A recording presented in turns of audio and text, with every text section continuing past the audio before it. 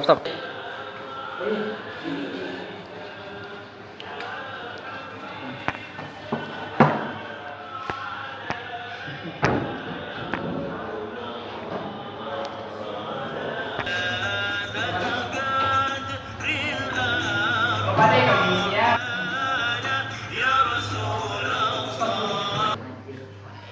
Assalamualaikum warahmatullahi wabarakatuh. Waalaikumsalam warahmatullahi wabarakatuh. Alhamdulillahirrahmanirrahim. Wassalatu wassalamu ala asyrafil anbiya'i wa mursalin sayyidina Muhammadin wa ala alihi wa sahbihi ajma'in, amma ba'd. Gimana kabarnya anak-anak? Baik. Alhamdulillah sehat.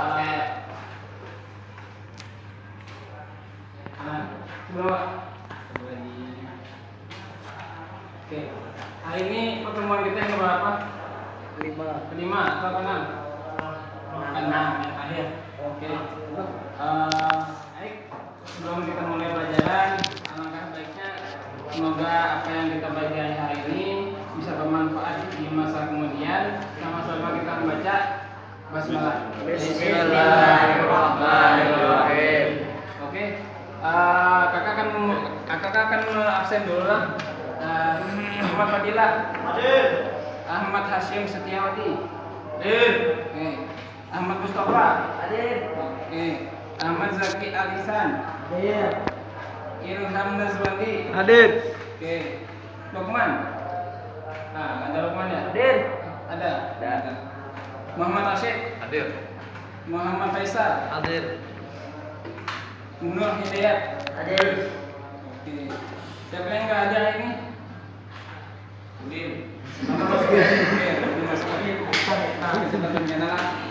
hari ini hari ini kita akan belajar tentang hudud. Oke, sebelum kita belajar tentang hudud, kita kembali dulu. Semalam kita telah belajar apa? Jinayat, dia, oke, kisos kan sudah semuanya sudah. Yang detail-detailnya minggu ini, hari ini kita akan belajar tentang hudud. Karena kita akan menggunakan istilah, mohon diperhatiin, bukunya dibaca. Kalau nggak jelas nanti di akhirnya kita dapat bertanya. Karena apa? Supaya lebih bagusnya nanti misalnya nggak paham bisa ditanyakan. Kalau misalnya ya solusi kurang cukup bisa diulangi gitu. Oke. Pada hari ini kita akan memulai belajar tentang hudud. Yang akan kakak sampaikan itu pengertian hududnya, hukum asal hudud dan beberapa perbuatan yang menyebabkan itu adanya hudud. Oke, bagi kita mulai. Yang pertama adalah hudud. Bisa diperhatikanlah dia sedikit. Yang pertama adalah pengertian tentang hudud.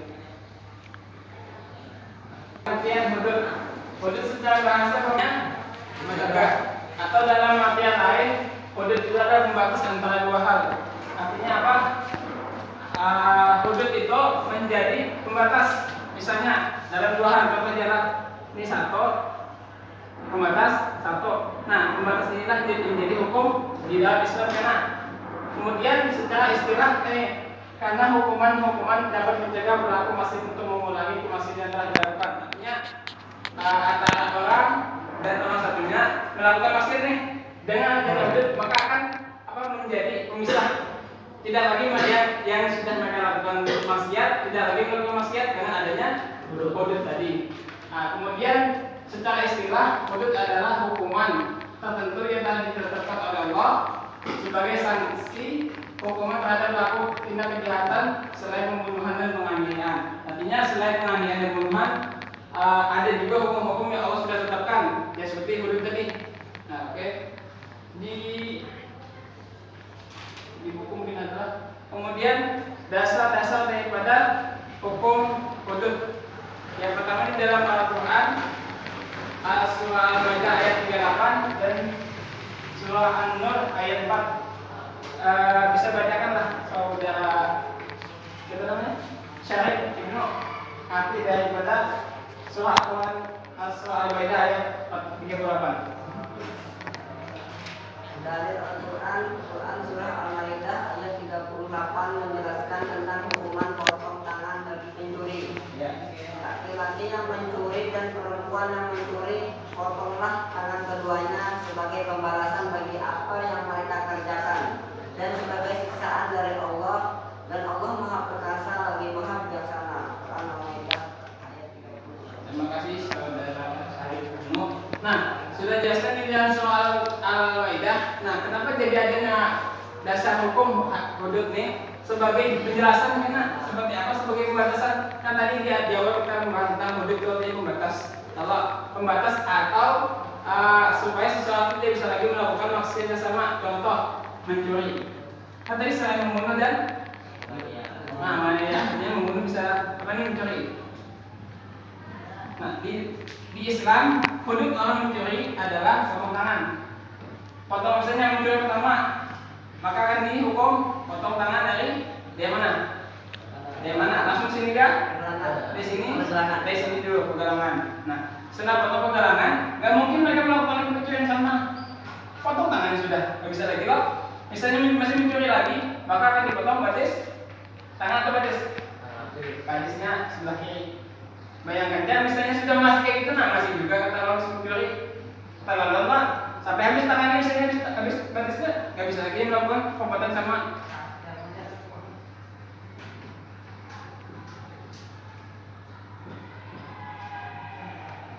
Oke, yang kedua pada Quran surah An-Nur ayat 4, saudara siapa namanya? Bintang. Bacakan artinya.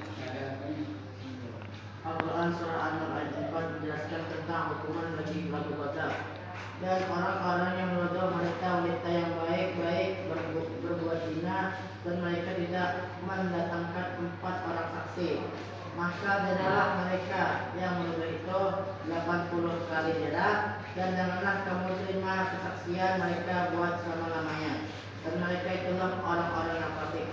Nah, oke, itu kan tadi An-Nur. Nah, di arti surah An-Nur ini menjelaskan tentang qazaf. Artinya kalau yang pertama tadi kan mencuri langsung kepada si pelaku, dan duanya adalah qazaf.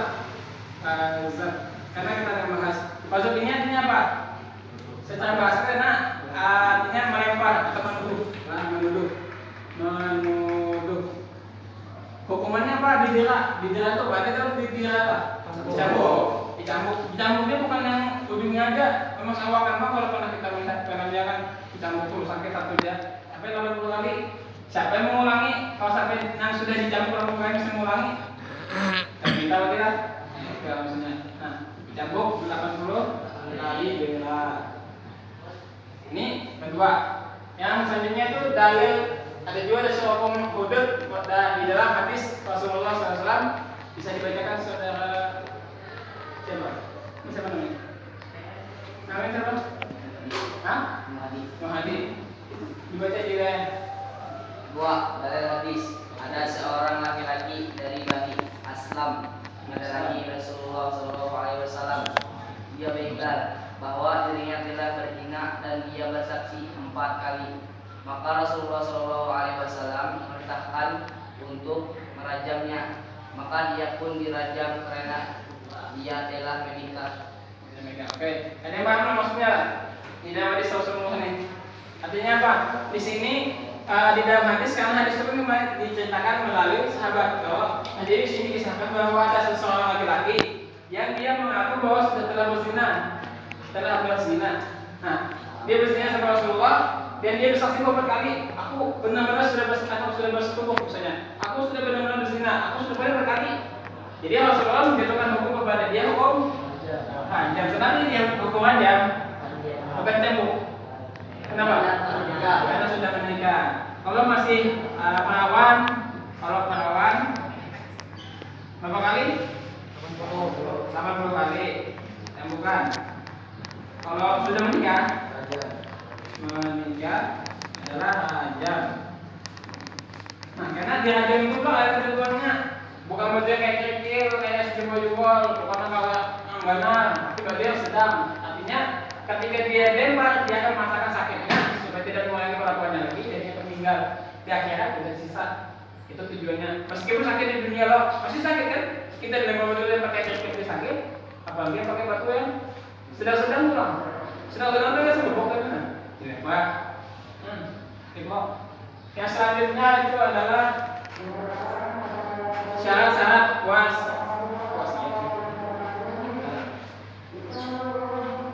Nah, di bukunya lah kan tadi sudah pengertian hudud dan dasar-dasar hudud. Pada bab pertama itu menjelaskan tentang dasar hudud dan dasar-dasar hudud. Yang kedua adalah perbuatan dengan sanksi hudud. Perbuatan dengan sanksi hudud ini ada beberapa macam. Oke, bisa disebutkan lah. Kan ini mau akan sebutkan mungkin adik-adik mungkin sudah bisa menerawang apa aja kira-kira. Zina. Ini kan sudah disebutkan lah zina. Kedua, wazab. Apa lagi? Minum homer. Terus, apa lagi? Mencuri. Apa lagi? Apa? Apa? Ini mencuri sudah. Apa? Apa artinya? Ya, kita ada 6 mungkin lebih lagi lah sebagainya. Oke, yang pertama adalah pada bagian zina. Oke, yang pertama pada zina. Siapa yang membacakan pengertian dari zina? Ayo, saudara siapa nih? Siapa? Akfi, bisa bacakan? Kita anda baca di buku kah atau di sini? Saja. Zina. Zina merupakan salah satu dosa besar dalam Islam. Zina dapat memunculkan mudarat yang besar bagi pelakunya dan masyarakat. Dampak perbuatan zina bertentangan dengan tujuan syariat Islam, yaitu hifdzun nas, menjaga keturunan. Oke, stop. Nah, itulah zina merupakan salah satu dosa besar. Kita akan menjelaskan besar karena di buku sudah ada, bisa dibaca lah bahwa perbuatan zina itu adalah bersetubuh memasukkan pahat ke mana? Ke fahis. Nah, yang sana bersetubuh dengan bukan hubungan yang sah. Nah, kemudian para ulama bersepakat bahwa zina hukumnya zina apa?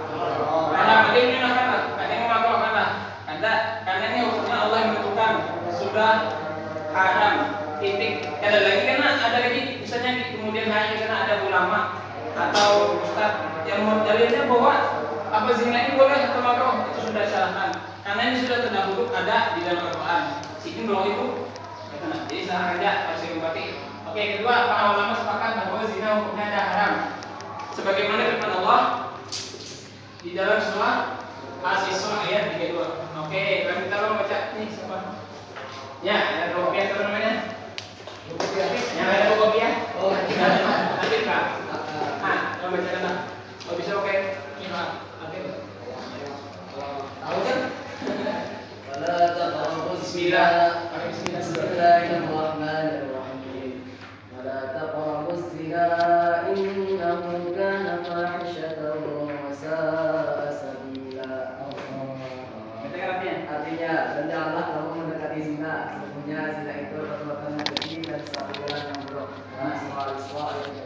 Setelah hadisnya ada dalil tentang kenapa zina itu diharamkan sudah ada di dalam Al-Quran di dalam surah ayat 32 yang sudah apa dibacakan tadi pada saudara tadi Akib. Kemudian zina itu ada beberapa macam. Yang pertama adalah zina muhsan. Siapa yang tahu zina muhsan? Oke, zina ada dua. Itu sudah bagusan. Zina ada dua.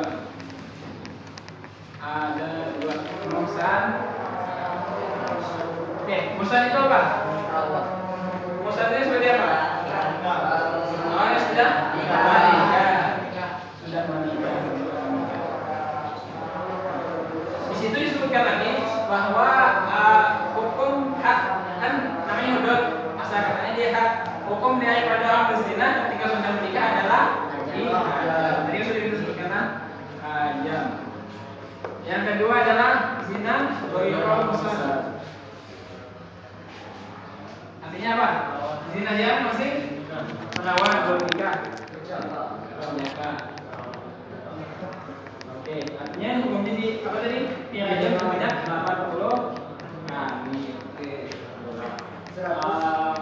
Selanjutnya yaitu perbuatan dengan sanksi hudud adalah tadi apa? Qazaf ya. Kita buka qazaf. Oke, qazaf Kakak bacakan di kita. Qazaf secara bahasa artinya melempar dengan batu. Kenapa jadi secara bahasa jangan kita pahami dulu. Secara bahasa artinya itu kan bahasa banyak. Kalau secara bahasa itu qazaf itu artinya melempar batu. Artinya apa? Setelah diartikan bahwa melempar batu itu adalah menuduh. Misalnya contoh ya, Ian melakukan apa tadi? Misalnya milik kawan lah yang mana? Kamu milik dulu, kamu duduk. Atau kita menuduh, itu memang bilo, itu melakukan itu lo. Seenggaknya itu yang menuduh melempar, yang melempar batu kayak melempar batu kayak gitu juga. Makanya secara bahasa terkadang arti makna sebenarnya dari suatu kata itu nggak jauh dari bahasanya gitu kan. Contohnya tadi melempar batu dengan menuduh, jauh nggak artinya? Nggak kan, cuma beda pada aspeknya jawab. Kalau batu kan batu, menuduh kan ada pada tuduhan orangnya. Kemudian qazaf merupakan salah satu dosa besar. Kenapa dinyatakan oleh Allah itu dosa besar? Bisa dibacakan lagi di dalam surah An-Nur ayat 23.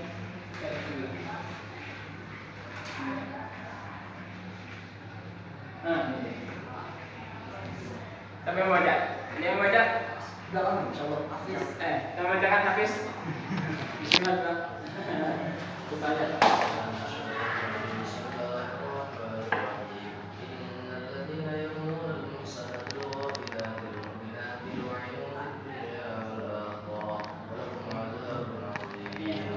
Sesungguhnya orang-orang yang menuduh wanita yang baik-baik yang lemah dari laki dan beriman berzina, mereka kena laknat di dunia dan di akhirat, dan bagi mereka azab yang besar. Surah An-Nur ayat 20. Nah, ini pentinglah untuk menjaga untung, menjaga perasaan, menjaga perkataan. Karena kan di dalam hadis mengatakan apa? Ada tahu di sana? Akmalul mu'minina imanan ahsanul khuluqa, itu hati. Kemudian kalau yang damisan apa? Yang artinya itu jauhilah apa ya? Pokoknya itu menjaga lidahmu dan tanganmu daripada sesama muslim, karena bahaya. Karena misalnya kami menuduh aja satu orang menuduh, karena terjadi kan salah paham, kemudian belakang itu kan asal mulanya dia perkataan juga. Makanya kenapa Allah haramkan supaya orang yang menuduh ini dia tidak lagi menimbulkan masalah-masalah. Makanya tadi hukumannya apa? Kalau orang apa nih? Kasusnya hukumannya apa? Tidak 10 kali. Oh, bisa. Kembalilah. Oke. Hatian. Hukuman bagi pelaku qazaf adalah cambuk sebanyak 80 kali bagi yang mereka merdeka. Dan cambuk 40 kali bagi budak, karena hukuman budak setengah hukuman orang merdeka. Kenapa demikian? Ada tahu alasannya? Kenapa orang yang merdeka dengan budak itu dibedakan? Bisa disebutkan? Tahu? Ada lagi? Karena budak itu ya tadi, kalau dalam Islamnya aja awal mereka ini sama kayak laki-laki, misalnya perempuan tuh, sama kayak laki-laki, dia bisa ke bawah, ke atas tuh, kayak laki-laki sudah beda, karena orang yang budak itu kan seperti barang, beda seperti orang merdeka. Maka ketika yang melakukan itu budak, yang menuduhnya budak, maka dihukum 40 kali, karena setengah lebih daripada mereka. Lanjutnya terakhir, yang ketiga adalah apa yang ketiga? Adalah miras, minuman keras. Dalam bahasa Arabnya apa? Apa? Enggak, bahasa Arabnya minuman kerasnya khamar kan bedanya. Tadi ada syarbul khamar. Minum syurbul khamar.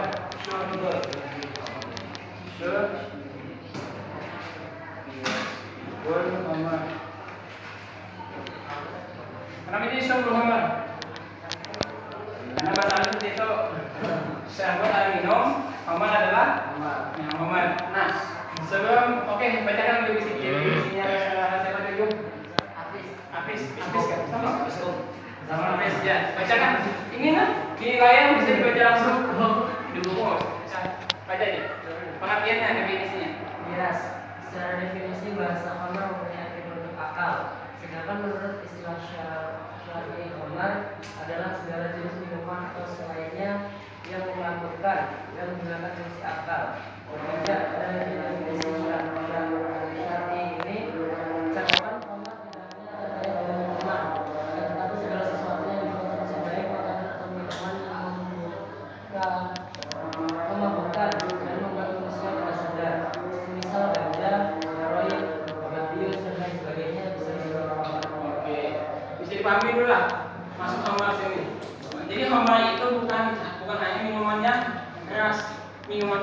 lain, bukan keras. Yang melakukan itu kenapa? Menyebabkan hilang akal, lalu mabuk. Nah, jadi sini penyebabnya banyak. Kan tadi yang disebutkan bahwa makanan yang baik ini bisa diolah jadi khamar jika tujuannya memang untuk memabukkan.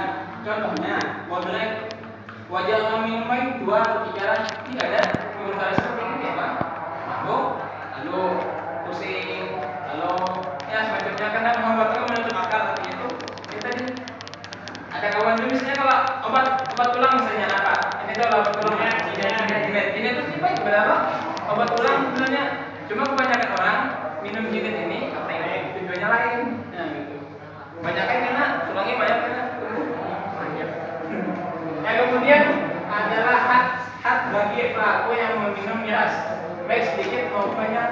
Oke, sedikit akan jelaskan bahwa hadis atau kata lain dulu khamrin kalamun kalau muskirin kalamun apa tuh hadis kan? Hadis atau apa? Hadis. Jalan-jalan. Kemudian adalah hak bagi peminum apa nih? Peminum miras baik sedikit maupun banyak dipukul dengan sepotong kayu. Sepotong kayu, sandal, tongkat, tangan dan lain. Kan kita kembalikan kenapa harus dipukul? Bahwa ada ini setiap perbuatan itu ada akibatnya kalau contohnya tadi. Misalnya ingin melakukan minum bawaan itu di desa orang. Kalau isi loh, biasanya kalau orang yang minuman khamar ini membawa penyakit loh. Apalah macam-macam penyakitnya. Jadi bukannya wajib, tapi hukumannya memang harus dipukul pakai sandal kak, dipukul pakai kayu atau tangan sebagainya. Mengenai jumlahnya, jumlah ini pulang kembali ke ulama. Kalau menurut Imam Malik, Imam Hanafi, Imam Hambal itu sebenarnya 80 kali. Mereka memiliki alasan masing-masing. Nah, adapun Imam Syafi'i, Imam Abu Dawud dan jumhur ulama lainnya itu hanya 40 kali. Selanjutnya ada beberapa lagi lah. Mungkin melihat waktu sudah habis. Jadi maka sampai seperti dijelaskanlah kasih mudah sedikit bahwa ini kita belajar tentang hudud. Apa artinya hudud? Hudud batasan. Artinya batasan. Oke. Kemudian nas atau dalil mengenai dalil hudud itu ada beberapa di dalam Al-Quran. Kemudian perbuatan yang perbuatan dengan sanksi hudud ada beberapa macam tadi. Pertama, zina, kedua, dosa, ketiga, sumpah yang ketiga, mencuri, yang kelima, apa lagi? Banyak lah, pokoknya yang sejenisnya jadi maksiat itu ada timbangan hududnya masing-masing, hak hukumannya masing-masing. Oke. Sampai sini saya jelaskan. Adakah mungkin yang ingin ditanyakan mengenai hak hudud? Mungkin apa saja yang menanyakan yang belum dipahami mungkin. Ada. Insyaallah. Jadi tujuannya hari ini kita mengetahui apa artinya hudud, dalil-dalil mengenai hudud, macam-macam perbuatan yang disanksi dengan hudud. Tadi sudah ada banyak seperti miras, pusing, maling, berzina, qazaf dan sebagainya. Oke.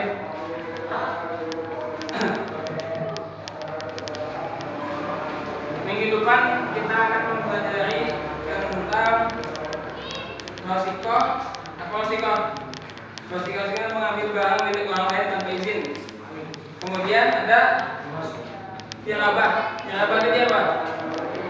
Mengambil harta orang lain dengan kekerasan. Nah, itu mengambil tanpa izin, mengambil dengan kekerasan.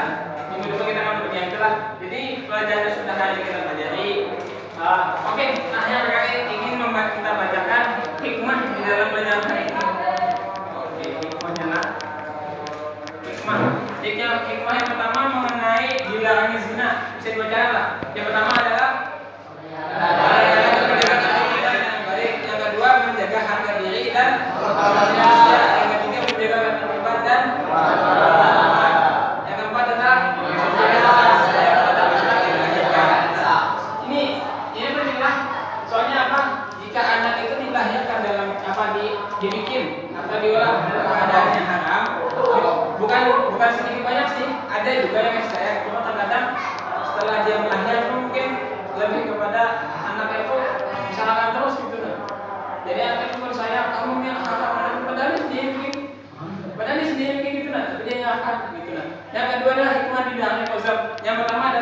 Karena ini dari mata masyarakat. Kalau kita itu sudah menuduh orang terbaik, itu kita salahkan dituduh orang dicap terbaik penuduhan jadinya. Yang kedua, agar seseorang itu tidak begitu mudah melakukan kebohongan dengan cara menuduh orang lain. Yang ketiga, agar si penuduh merasa